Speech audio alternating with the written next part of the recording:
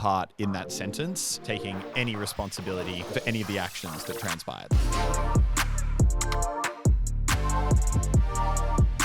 What's going on, everybody? And welcome back to Watchtime as we return for another big week with a lot of big, interesting topics. We've got drama happening in the YouTube community that's been going on for literal months now, and we're going to be talking a lot about that and a bunch of other small stories.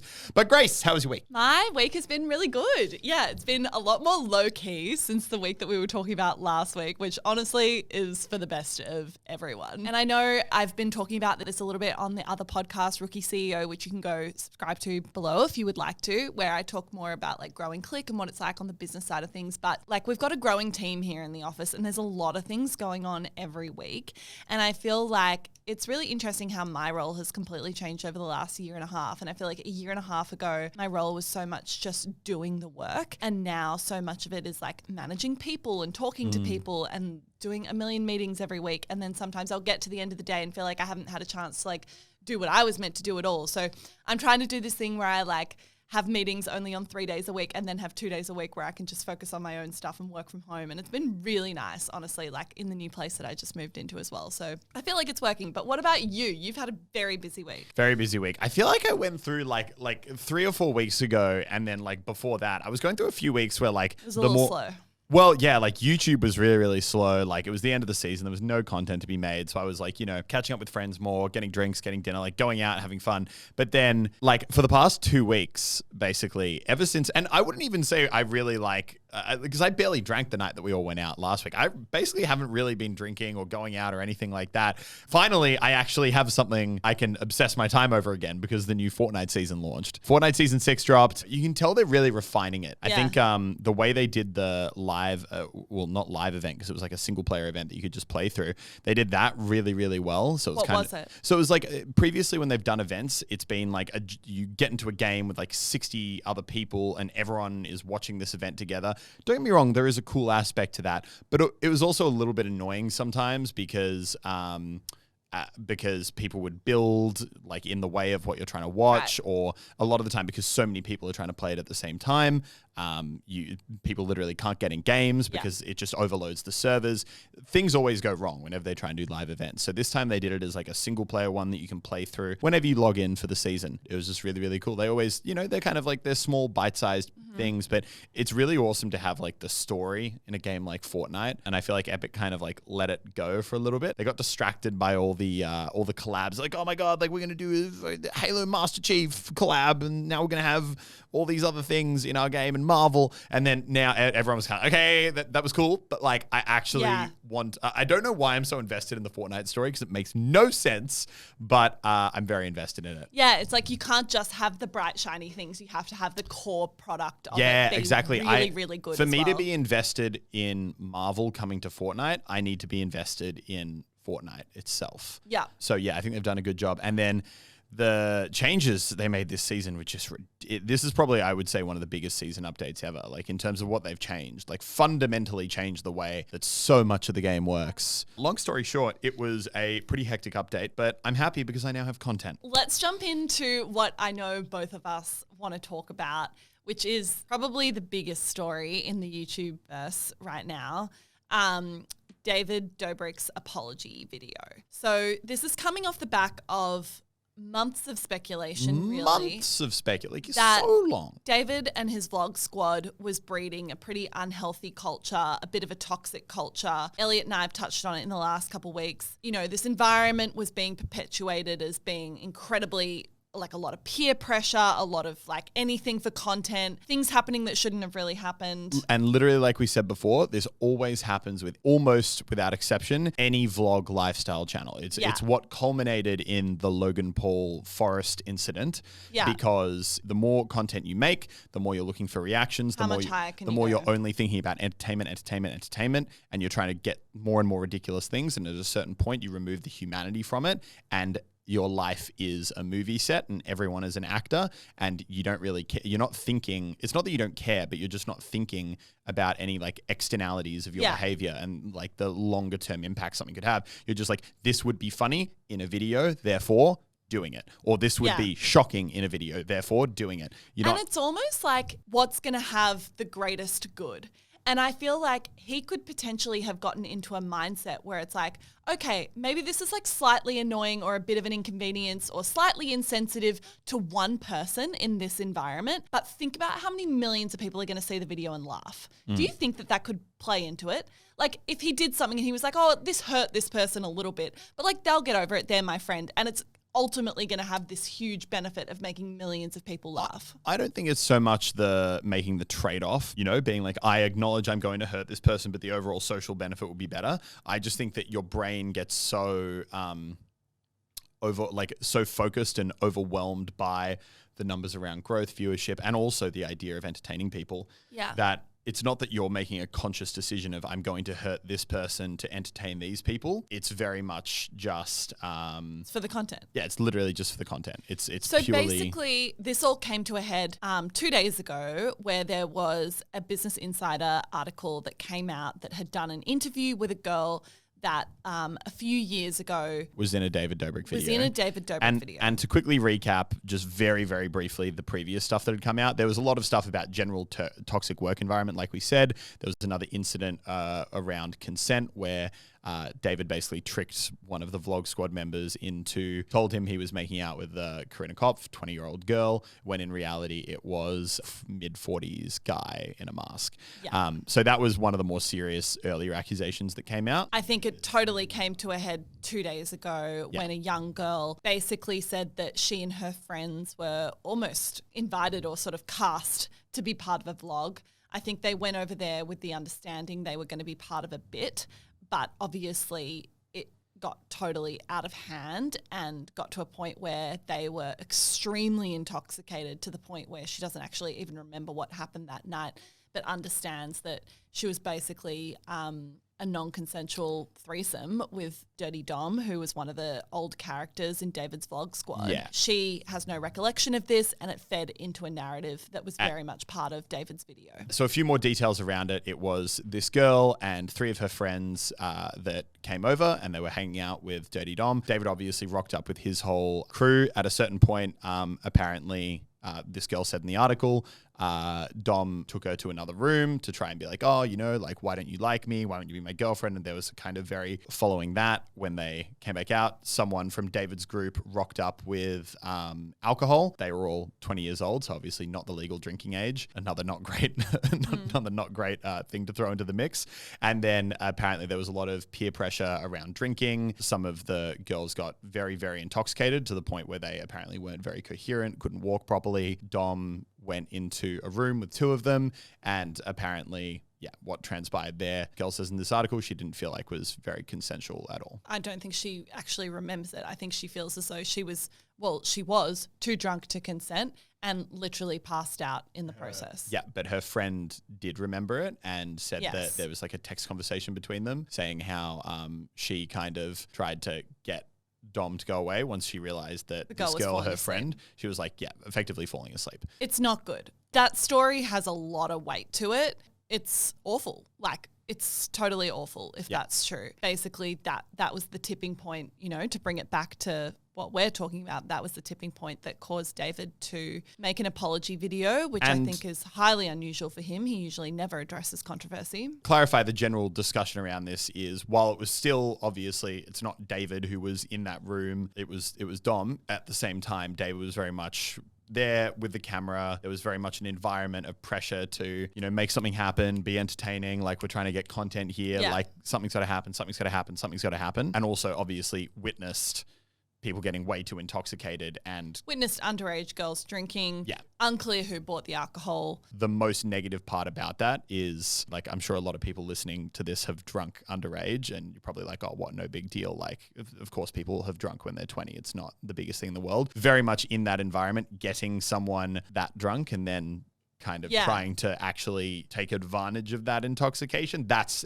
especially when like the goal is to get content. I think that's where that definitely becomes a much bigger kind of moral issue. Absolutely. And on the alcohol point, I just think it's really, while yes, a lot of people drink underage, especially in a college environment, like is pretty normal. Like, we're not going to say that's not normal. Like, of course, everyone drinks, not everyone, but a lot of people drink underage. I think at the time, David, still had 8.8 million subscribers. He was regularly getting millions of views on his vlogs. I just think it's a little irresponsible at that point. Like I know that feeds into and probably, allows him to create a lot of the content that he did at the time, but it kind of feels a little stupid in hindsight to encourage that environment. So anyway, to finish that story, this girl ended up texting, I believe, Dom several months later saying, hey, this has really kind of been something I've been thinking about for a while. I'm really not comfortable with what happened there. I'd like the video taken down. And then I believe Dom just replied, understandable, respect your wishes, and the video and the vlog got taken down. Which, to David's credit, I think he has, which, you could also actually argue is just deleting and removing evidence, but also quite a few videos, which also could very much be interpreted as a negative thing, when someone has come out later and said, hey, I'm not actually comfortable with what happened in that video, and he's immediately taken the video down. Which... yeah, once again, twofold. Number one, good to respect someone's wishes if they're appearing in a piece of content and they're no longer comfortable with it. But also at the same time, if you have multiple videos where people are coming out in the weeks and months following being like, hey, what happened in that video, man? Not cool. Not cool with that. Like that's also a red flag. Yeah. Okay, so let's break down the apology video. It was a 2-minute video. A 2-minute video posted to not David's main channel, not David's second channel, but what you could effectively call his third channel, which is the podcast channel. It's his least subscribed channel by a significant, like 1/20th of his main channel. I'm not going to dig too much into where he posted the apology because well, look, I think that I do think putting it on the Views channel was a bit of a... I think it should go on the channel where the questionable content was uploaded. That's actually a very good point. Put it where the people that have been impacted by it. Yeah. You know what I mean? Yeah. I don't know. I don't think it's the biggest point. We don't need to get into a full thing, but I think to put it on a channel that is new, like literally a couple months old, has 1 million subscribers versus the main channel where all of this went down, which has almost 20 million subscribers now. Yeah. Or even the second channel where he's been regularly posting. It felt weak to me. I agree. Yeah. It didn't feel like he was really owning it or putting force behind it by burying it on, like, effectively it would almost be like if he uploaded it on like another YouTuber's channel. And he was like, hey, like, if you want to go look at it, it's over there. Just like an unlisted video that he linked on Twitter. Let's start with the title of the video. The title of the video was called Let's Talk. Apology video titles are always so awful. They're always like, my story. Let's talk. But do you know what is particularly bad about David's Let's Talk video? He doesn't talk much. It's 2 minutes long. He turned the comments off. Oh, yeah. He turned likes and dislikes off. Yeah, no. There was no element there is of a no two-way conversation. When I say let's talk, I mean let me talk at you. And you will not have any response. It's not the worst thing in the world. I totally understand why on that kind of video you might think it would be a better idea to turn off comments. Like, there's no way that if you leave the comments on, that's not getting super toxic and very I was going to say, I actually don't think there's anything good that comes from leaving comments on in a video like that. I think you just get the super fans and then the people who are trying to get someone cancelled absolutely going to war with each other, ripping each other to shreds and really not moving the conversation anywhere. But I think the choice in title, calling it Let's Talk, when you're not going to have comments on, I'm surprised no one picked up on that before he uploaded it. Like, I'm sure he showed that apology video to at least a few people before he hit public. Let's get into the content of the video. It was a 2-minute long video. He did not directly address the article. He didn't directly address really any of the allegations. No, he did. He directly addressed the one Scotty situation. Yeah, getting his friend to make out with someone who he told them was Karina Kopf, when in reality it was Jason Nash, the 45-year-old guy. He addressed that one. He said he actually, that was the one that he did own. He said, hey, yep, that actually wasn't okay. I've, kind of changed since then, and that's not the content I do anymore. And I wouldn't do that again. And the video's been removed, and that was my bad. I actually think he did own that one relatively well. He didn't try and say, oh, but like, you can see that like later he said he was fine with it. So like, it wasn't that bad. He really did own that one. Everyone knows the reason he uploaded that video is coming off the back of the girl with the rape allegation. Yeah. It was kind of like, the fact that he didn't directly address that, but he directly addressed something else. It felt like he was sort of brushing everything. He was like, here's one where I can talk about it clearly. Yeah. And then let's like sort of group everything else together, brush it in like a broad stroke, which I just don't think was really the He responsible owned thing to the do. less serious allegation. It's Exactly. kind of like going to court and you've been done for like underage drinking and also murdering someone. And you're like, guys, I admit it. I had a cheeky beer. I did it, and I shouldn't have done that. And everything else, fugazi. Okay, yeah, like, but that dead person, like, Yeah. what about? Not that accusation wasn't also serious, because I think it was, but I think that it's very much a bit of like a magic trick, being like, oh, he did own it though, you know, like he said he's sorry and that he shouldn't have done it. Yeah. And you're like, no, he didn't say that about the right one. I don't think he directly addressed what people would have expected him to directly address. At this point with this kind of thing, like it does become a legal thing as well. So I'm sure that whatever he put out, he has to have a lawyer vet four times over. That's and a a lawyer, good point, actually. And a lawyer is always going to be like, shut up, you don't talk.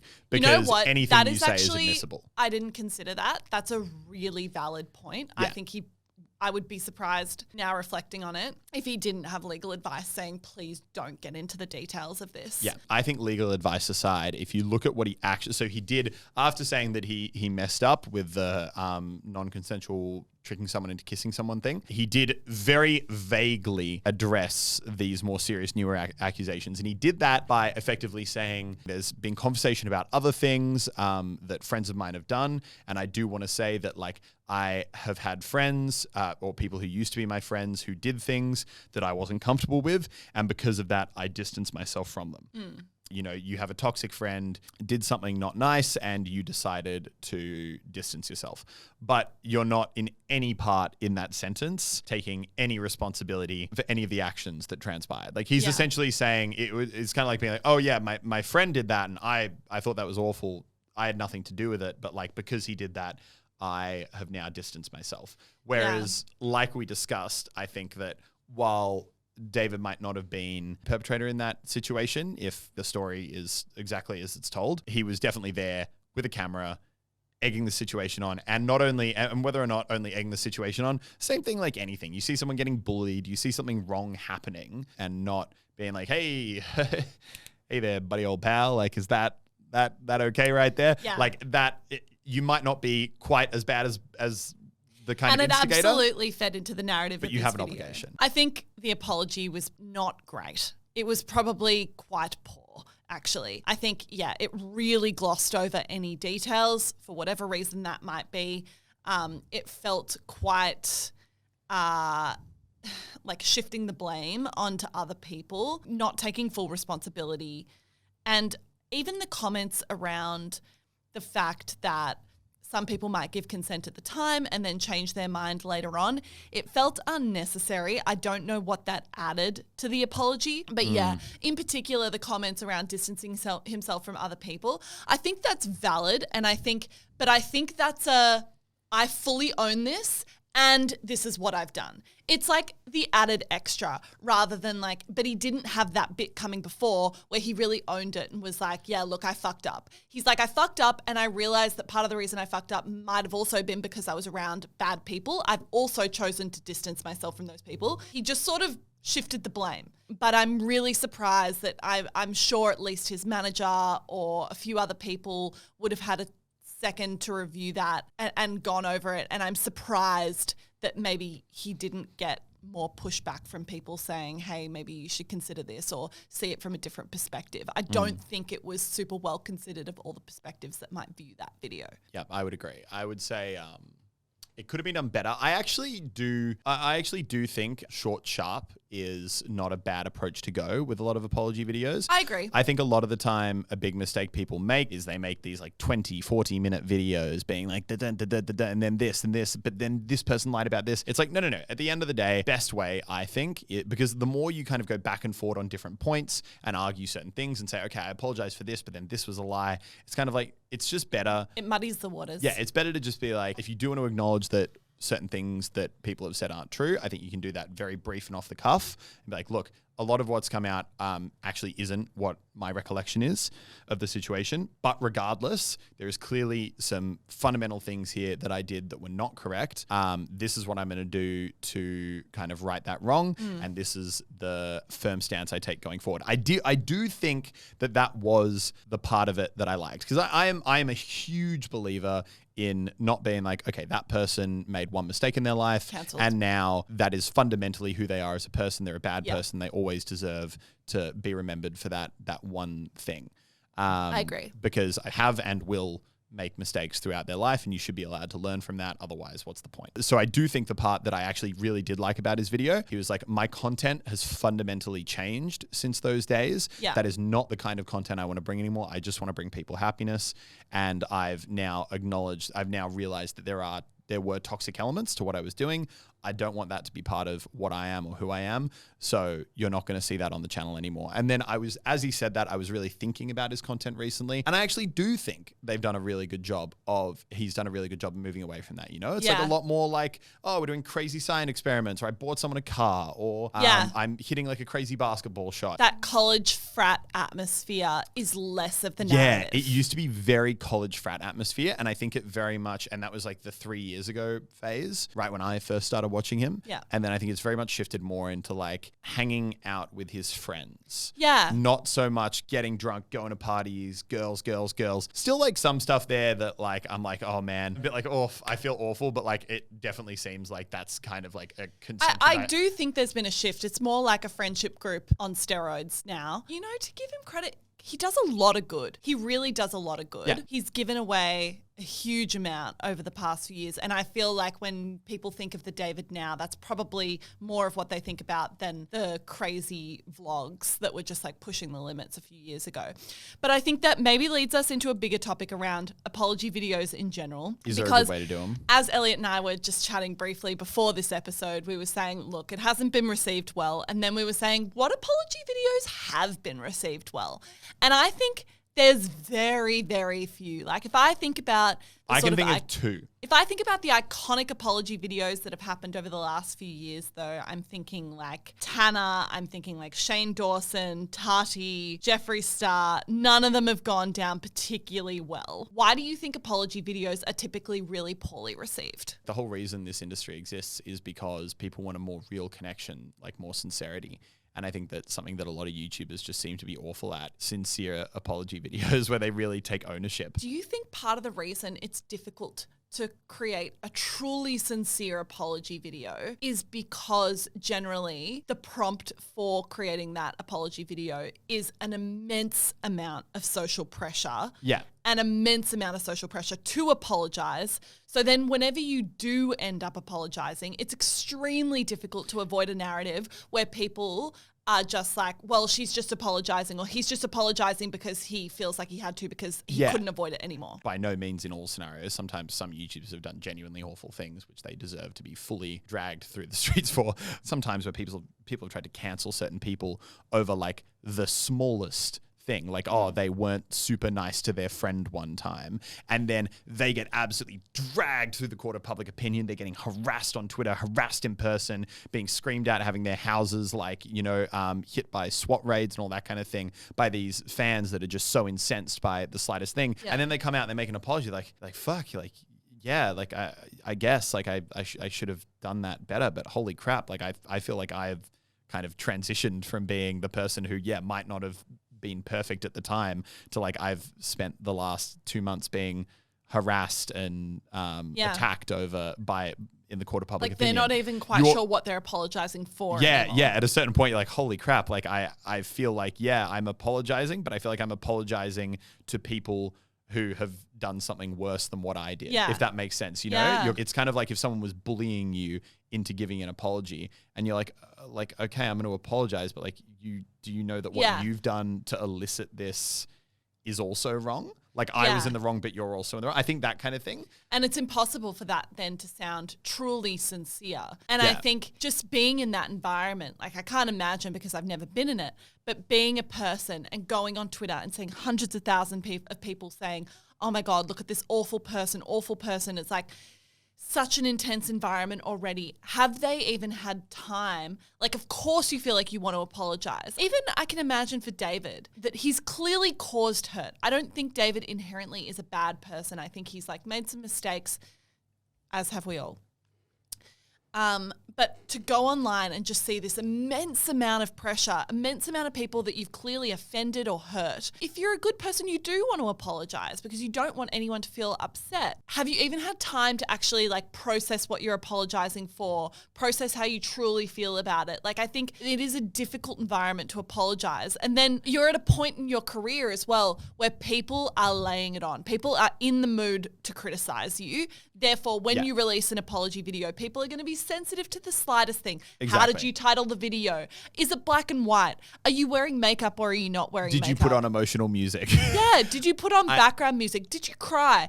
Are the tears real or are they crocodile tears? Yeah. Every part of that is going to be critiqued. Yeah, I think that's the other problem. And don't get me wrong, I don't like using the generic term cancel culture is bad because I think like a lot of the time it's done a really good job of drawing attention to a lot of serious things. But I do think that there's this other element, kind of like a YouTuber and someone's like, oh, you did this thing where you were mean to someone who is your friend. And so all of a sudden you've got the whole internet attacking you. You're almost at this like weird crossroad where you're like, okay, well, what do I do? Do I deny it completely?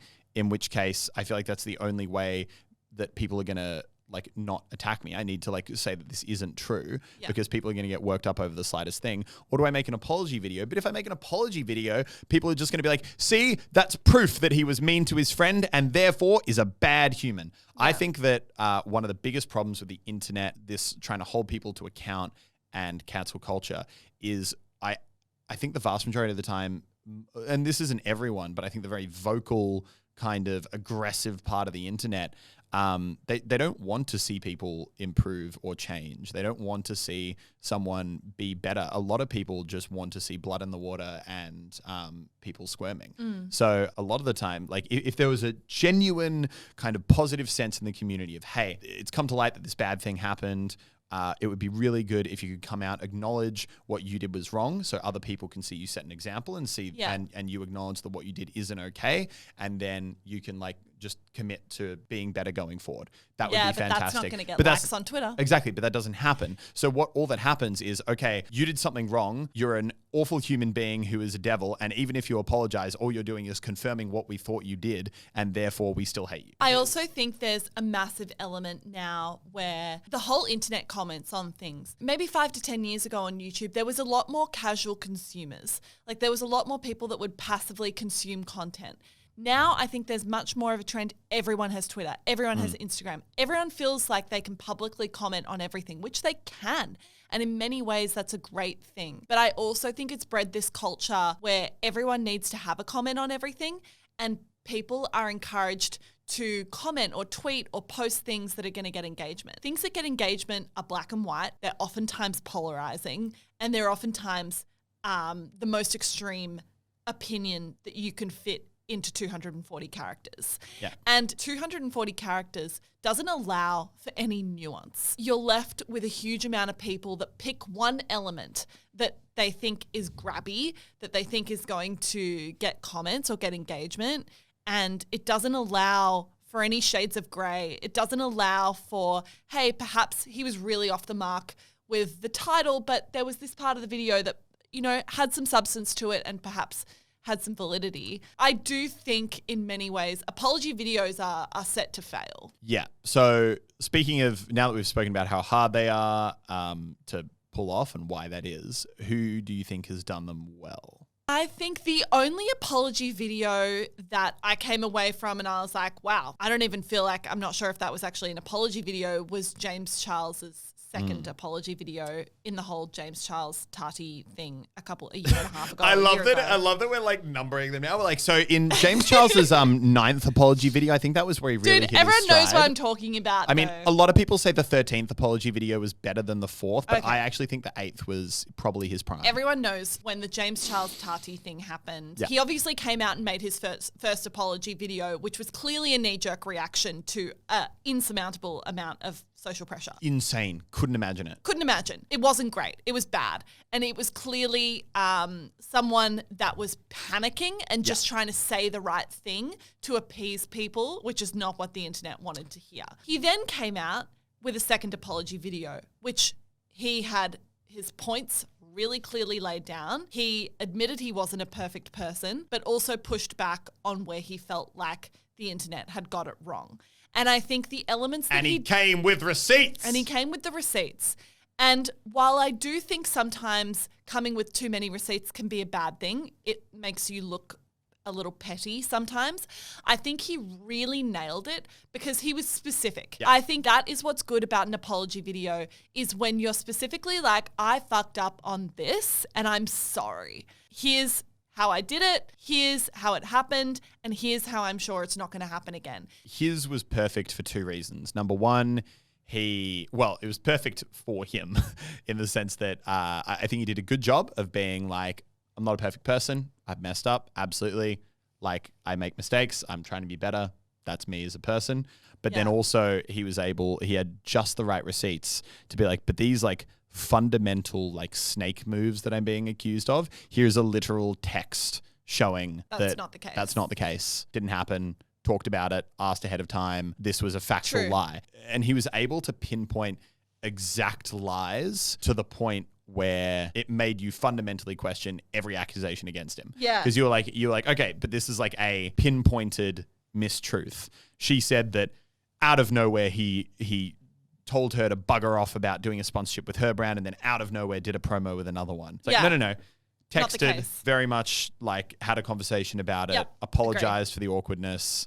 And so I think that was perfect. I think the other one that I thought was really, really good, and you've actually heard me reference it a lot. And don't get me wrong, I don't think it was universally loved, and I think there was a huge amount of skepticism over it. And I think the follow-up to it was also awful, which I can go into. But I think relative to the mistake that was made, the fact that Logan Paul was able to come with the apology video he did and get back to the point where he is now, I think is pretty impressive. So I remember when he made that apology video, he actually did a really, I think at least. The second apology video, you mean? Yeah, the second apology video. The first wasn't great. No, first wasn't great. But when he did the second apology video, he really tried to actually go into a lot of deep dive around what led him to that point, what happened, how he'd kind of gone down this rabbit hole of content creation to the point where the world wasn't the world. It was all just a set. And he was like, that in no way excuses anything I've done. He then went and I believe took some relatively like concrete action around. Yeah. And you could all say, oh, it's for show. But if we're talking about apology, but also like a lot of people, it frustrates me when people are like, oh, it's for show. Because I'm like, at least he's doing it though. Exactly. I hate it's that. Like if he wasn't doing it, then he's not doing enough. If it's like when a rich person, it's like when a rich person donates like $20 million to a charity and everyone's like, oh, but he could have given 40. And you're like, okay, but why not go after the guy that's done nothing? Like most YouTubers, when they apologize, will just be like, yep, sorry, shouldn't have done it. Yeah. Fuck off, I'm making videos again. Whereas he was like, I shouldn't have done it. He went into a really, I think, good explanation around the mentality that led him to that point, showing that he'd had some really good, deep introspective thought about how he reached that point and therefore how he could make sure it doesn't happen again. And then he said, that said, everything I did was awful. There's no excuse for it. And these are the concrete steps I'm now going to take to try and remedy what I did. Or you can't really undo it, but he can try and correct the balance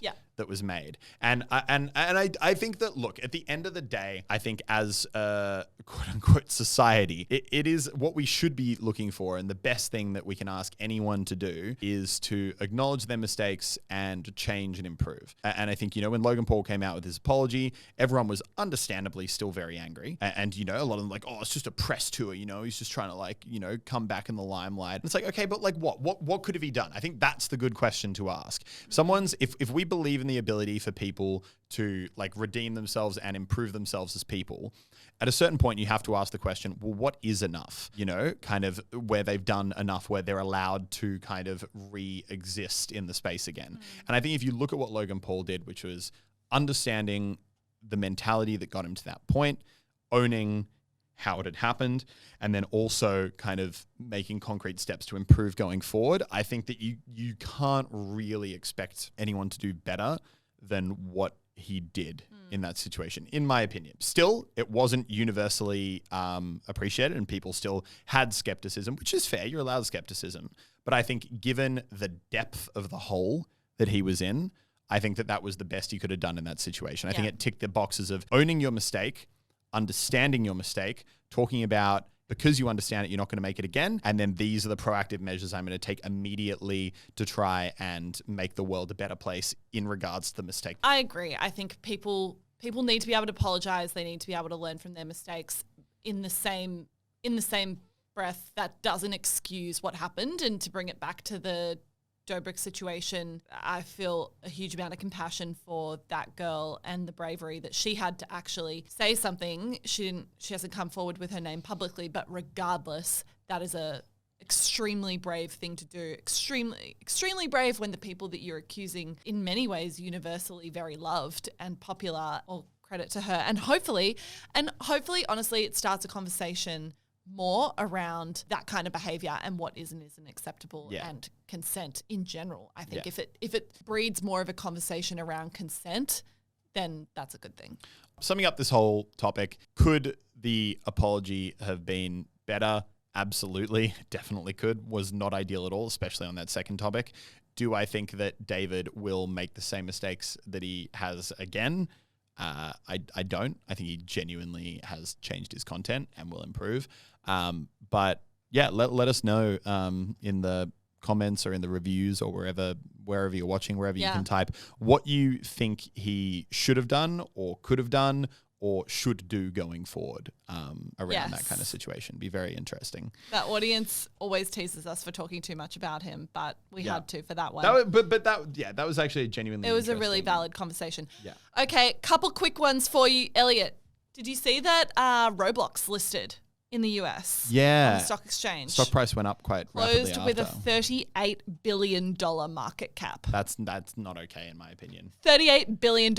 It's so funny. My mum texted me last week when this happened, and she texted me being like, wow, have you heard of this company before? I was like, yes, Mum, I've heard of Roblox I don't before. know. I should read their listing to see if because I'm sure they would have announced what else they're working on. Personally, blows my mind. I can't see that valuation. I don't know. I can't even conceptualize what $38 billion is. It's a lot of Ferraris. That's what it is to me.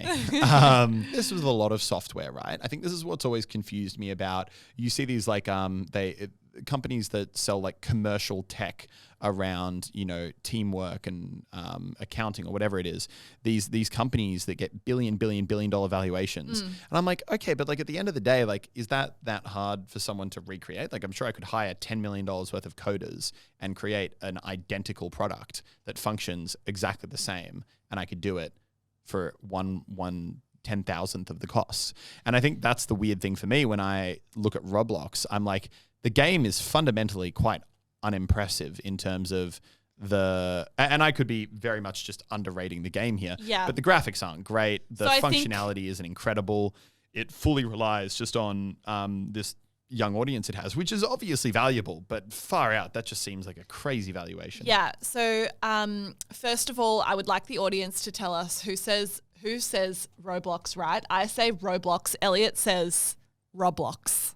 It's Roblox. It's Roblox. I don't know why. I think I now say like Roblox. That. I say Roblox. You now. just said Roblox. Revenue last year jumped 82% to $923.9 million. So that's a lot, almost $1 billion. It still means they're trading at 38 times revenue, which seems crazy to me. They're also still loss-making. They're losing $253 million a year. I think what people find really interesting and where a lot of the value from Roblox is derived on the market is their revenue sharing program with developers. So people are able to make, obviously, games within Roblox. That is a massively growing market for them. So I think that's interesting. And this is what's interesting to me. Just to give this perspective, you said its market cap's now 40 billion. 38, yeah. Round it up. What's a couple bill? Epic Games, which has, and I'm very aware that I'm in an Epic Games bubble, obviously. So Epic Games in my world is much bigger than it necessarily should be. But Epic Games owns Fortnite. They own the Epic Game Store. They own Unreal Engine, which I think is the most important thing. Unreal Engine, every single game that gets developed on Unreal Engine, they take a percentage cut of all the revenue that generates, which Unreal Engine is probably the most popular engine in the world by a reasonable margin. That is a lot of commission. That is a lot of money. They've got a lot going for them. They've got Fortnite, Epic Game Store, having this engine that powers almost all the games in the world. Epic is huge. Giant in terms of not only their kind of the size of these individual things that they own, but also the breadth that they have within the gaming industry. What's the valuation? Give us the number. What do you think it is? Now knowing that Roblox, this one game, is like 38 billion. This is just one game, Roblox. They don't really have any other. I should know this, but Epic's a private company, so. But they did a funding round, so you can base the valuation off that. When did they do the funding round? August 2020. 10 billion? You think Epic is worth a quarter of what Roblox is? I don't know. You're putting these numbers in my mind. 17 billion. It's worth less than half of Roblox. And this is the guys who made Fortnite, have the Unreal Engine, which is some of the most incredible technology in the sector. They are about to be running one of the biggest online digital stores. Like, I don't know. I just feel like, once again, it's a topic that I feel like I feel like an old person, because I'm like, I don't understand that valuation on Roblox. We could do a whole episode on like just the valuation of games companies in general. I think would be really interesting.